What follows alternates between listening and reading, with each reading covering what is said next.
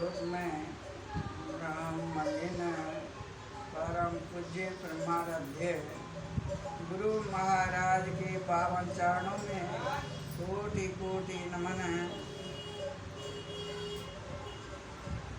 मंचासीन पूज्य बाबा तो मेरा बारंबार नमन। सत्संग में आए हुए सबों को, सज्जनों, माताओं, बहनों सबों को मेरा बारंबार नमन। आज का यह सत्संग बच्चे जन्मोत्सव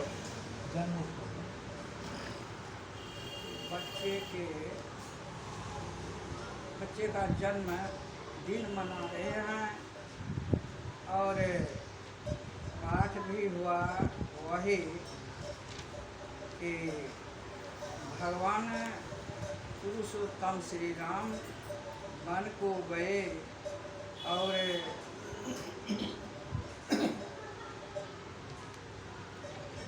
माता उनको प्रणाम करके जो पूर्वकता से सुन रहे थे तो कहते हैं कि माँ, वह माँ धन्य है जिसका पुत्र राम के भक्त हों, और नहीं तो कहते ऐसे बांझ रहना ठीक है।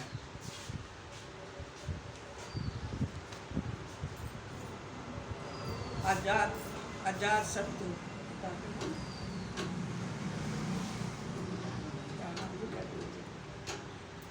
बिंबिसार का बेटा, बिंबिसार को आजाद बिंबिसार उनका पुत्र अजात शत्रु, जन्म हुआ था अजात शत्रु का। तो क्या व्यवस्था क्या था जन्म के उत्सव में? ड्राम का ड्राम शराब का व्यवस्था किया था, ड्राम का ड्राम मांस का व्यवस्था किया गया था। और वह जो मांस और शराब का जो यह जन्मोत्सव पर यानी छठी के रोज यह व्यवस्था किया तो वह असर किन पर पड़ा? वही बच्चे पर पड़ा। अजात शत्रु जब शिशु था तो वही अजात शत्रु जब सयाना हुआ, जवान हुआ, तो बिंबिसार जो राजा थे अजात शत्रु का पिता, तो अजात शत्रु उनसे जो है कि सिंहासन पर जो बिंबिसार बैठे हुए थे उनके सिर पर जो मुकुट था वह मुकुट मांगने लगा कि आप जो है कि अपना मुकुट मुझे दे दें, नहीं दीजिएगा तो मैं खुद अपने हाथ से उतार करके मैं पहन लूंगा। और वही हुआ, अजात शत्रु राजा बना और पिता बिंबिसार को कारागार में बंद कर दिया। क्या हाल हुआ? खाना एक समय वह भी पूरा खाना नहीं, आधा पेट। अब जो थी वह बिंबिसार की पत्नी अजात शत्रु की माँ, उसे खाना चुरा करके वह कारागार में ले जा करके चुपचाप वह खिला करके आती थी अपने पति को, बिंबिसार को। थोड़े दिन के बाद अजात शत्रु को यह मालूम हो गया कि मेरी माँ जो है चुरा करके भोजन ले जाती है और वहाँ जो मेरे पिता बिंबिसार वह जो कैद खाने में है उसको वह भोजन करा करके आती है। तो वह कि अजात शत्रु क्या करते हैं, वह भी खाना बंद करवा दिए, नहीं ले जाने दिए। तब वह क्या करती, अब जो है कि हलवा बना करके कुआं बना करके या जिस से उसको वह आसान हो वह ले करके अपने देह में चिपका लेती थी, पाँव में चिपका लेती थी और जा करके वह कारागार में राजा बिंबिसार यानी उनके पति को वह खोआ चटवा देती थी, हलवा चटवा करके वह आती थी। यह भी उनको जो है कि यह बंद करवा दिया यह मालूम होने पर। अब जो है कि बिंबिसार कारागार में भूखे प्यासे जो है कि वह कितना दिन वह रहता, वह बहुत कमजोर सुखा करके वह कांटा हो गया और अब जो है कि उनका कोई सहारा नहीं। एक दिन ऐसा हुआ और बिंबिसार का मौत हो गया उसी जेल में। और इधर क्या होता है कि अजातशत्रु को संतान नहीं था, उसे एक संतान का जन्म हुआ तो मंत्री जो है कि अब कहते हैं कि मैं पहले पिता जो मरा है उसका मैं खबर दूं कि यह जन्म का बच्चे का जन्म का यह खबर दूं। सोचा कि नहीं, पहले जो है कि अच्छी खबर मिलनी चाहिए। वह मंत्री जाता है और अजातशत्रु से कहते हैं कि राजा साहब आपको जो है पुत्र रत्न पैदा हुआ है। यह सुन करके अब जो है कि अजातशत्रु उसका जो है व्यवस्था करवाने लगा, सफाई सुथरा का और भोज भंडारा का ये सब जो है कि सफाई यह सब व्यवस्था करवाने लगा, एकदम खुशहाली बनाने लगा। तब फिर मंत्री कहते हैं अजातशत्रु से कि राजन, अब जो है कि आपका जो पिता था वह पिता शरीर छोड़ दिया, यानी आपका पिता मर गया।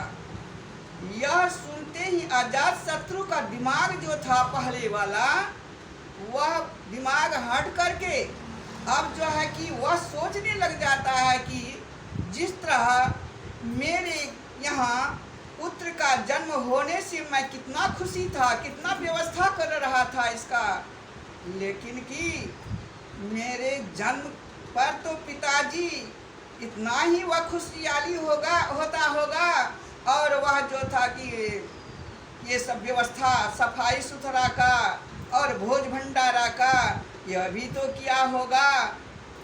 यह सुन करके अब जो है वह पछताने लगा। अब पछताने से क्या, इसीलिए कहते हैं कि छठी के अवसर पर अब जो है कि यह सत्संग का समय रखा जाता है, सत्संग किया जाता है, भोज भंडारा किया जाता है। नौ की पहले वाला वह सारा दारू ताड़ी का ये सब व्यवस्था किया जाता है। तो यह है असर, जिस चीज का आप व्यवस्था करेंगे बच्चे पर वही असर पड़ेगा। तो एक सुल्तान डाकू था, बहुत बड़ा डाकू था। इतना बड़ा डाकू था कि उस आसपास के लोग बहुत डरते थे सुल्तान डाकू का नाम सुन करके। जब सुल्तान डाकू पकड़ा गया तो वह गांव में लाया गया और गांव में लाने पर आदमी जो था कि चारों बगल से घेर करके उसे देखने के लिए उमड़ पड़ा। जबकि सुल्ताना डाकू पकड़ा गया, तब वह कहते हैं कि सुनिए सज्जनों, सभासदों, ग्रामवासियों, सुनिए, मैं जो आज एक सियार और गीदड़ के समान जंगल में लुकता छिपता रहा और आज जो है कि मैं पकड़ा गया हूँ। जानते हैं यह मेरी माँ की करतूत थी। मेरी माँ ने मुझे यह जब बच्चे में रोक देती तो मैं सुधर जाता। उधर का मैं काम नहीं करता। मैं शुरू में गया, एक मुर्गी का अंडा चुरा करके लाया और माँ को दिया। माँ देख करके, मुर्गी अंडा को देख करके वह मुझे शाबाश कहने लगी। शाबाश कहने लगी। तब मैं जो था कि यही जो लत पात ये सब जो लत्ती चोर, तब होता पत्ती चोर, तब होता सिनकट्टी चोर। वही जब मैं सिनकट्टी से मैं कितना बड़ा डाकू बन गया। और आज जो है कि मैं इसके चलते सियार गीदड़ के समान मेरा जीवन बीत रहा था। उस समय जब माँ मुझे रोकती तो मैं ऐसे आगे नहीं बढ़ता। तो यह माँ बच्चे को जिस तरह वह ढालना चाहेगी वह बच्चा ढल सकता है बच्चे में। तो यह है इधर की माँ की करतूत पर। और वही माँ जो है कि एक माँ तो इधर की ऐसे बच्चे को बना देती है, और एक माँ जो मदालसा, रानी मदालसा, बच्चे का जन्म होते ही जो है उसको पालने पर झुला झुला करके वह लोरी सुनाती थी। लोरी सुनाती थी क्या?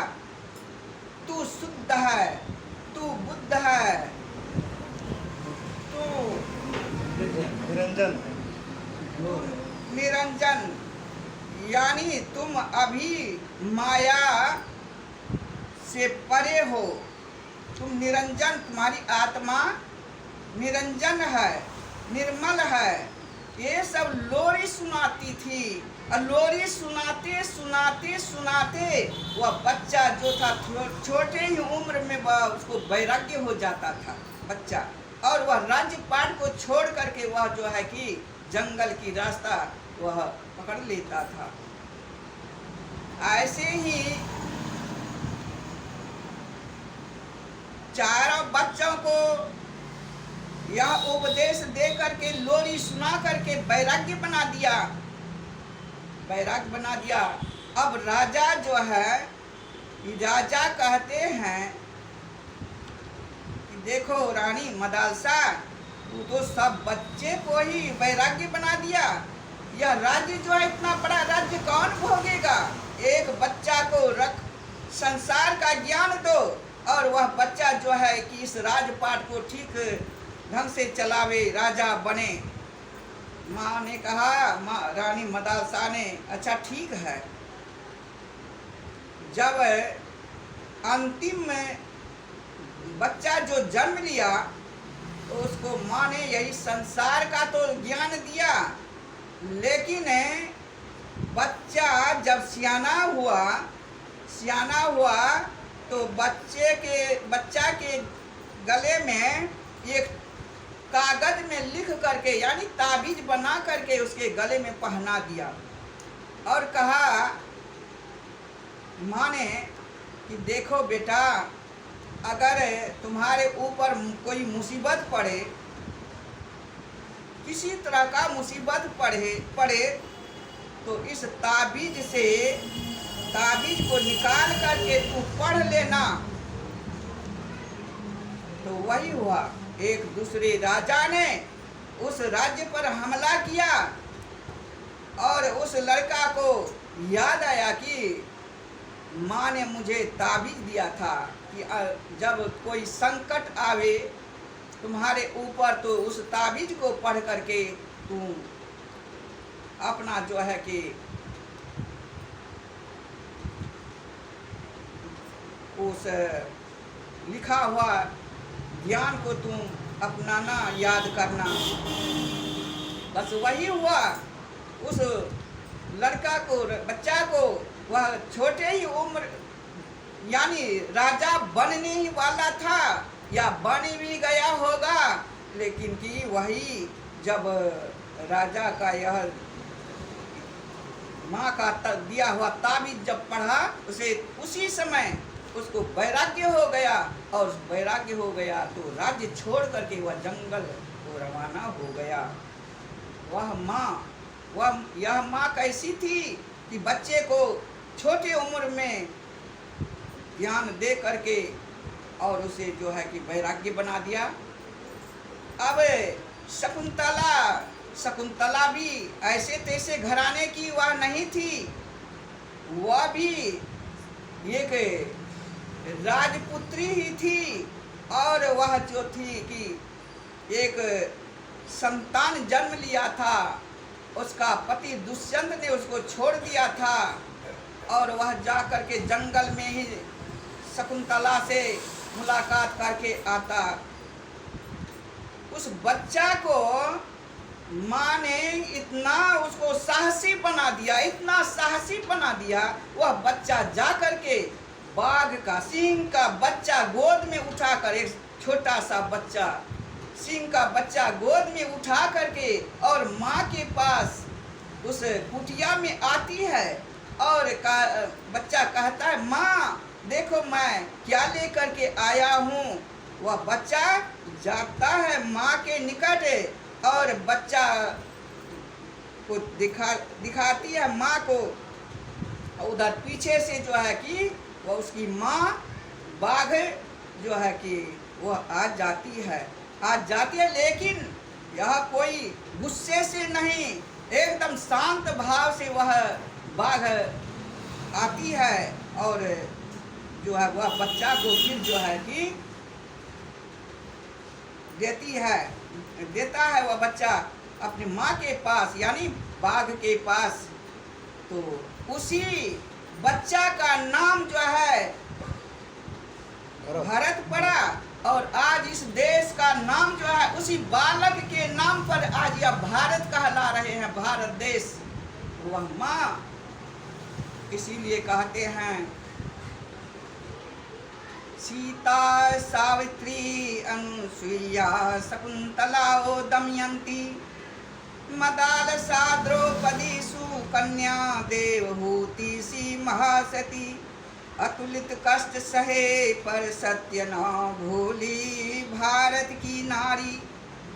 आज वे सब नारियां जो है बहुत संकट को सहा, बहुत यानी धर्म के मार्ग पर चलने के लिए बहुत संकटों को झेला, तब जो है आज संसार में उनका नाम जो है, उस नारी का नाम खरा निकला। इसीलिए जहाँ तक हो बच्चे को यह संस्कार माँ पर शुरुआत पड़ती है, माँ ही उस बच्चे को संस्कार देती है। इसीलिए मैं इतना ही कह करके अपनी वाणी को विराम देती हूँ। कहने में जो त्रुटि हुई होगी इसे आप लोग क्षमा करेंगे। श्री सद्गुरु महाराज की जय।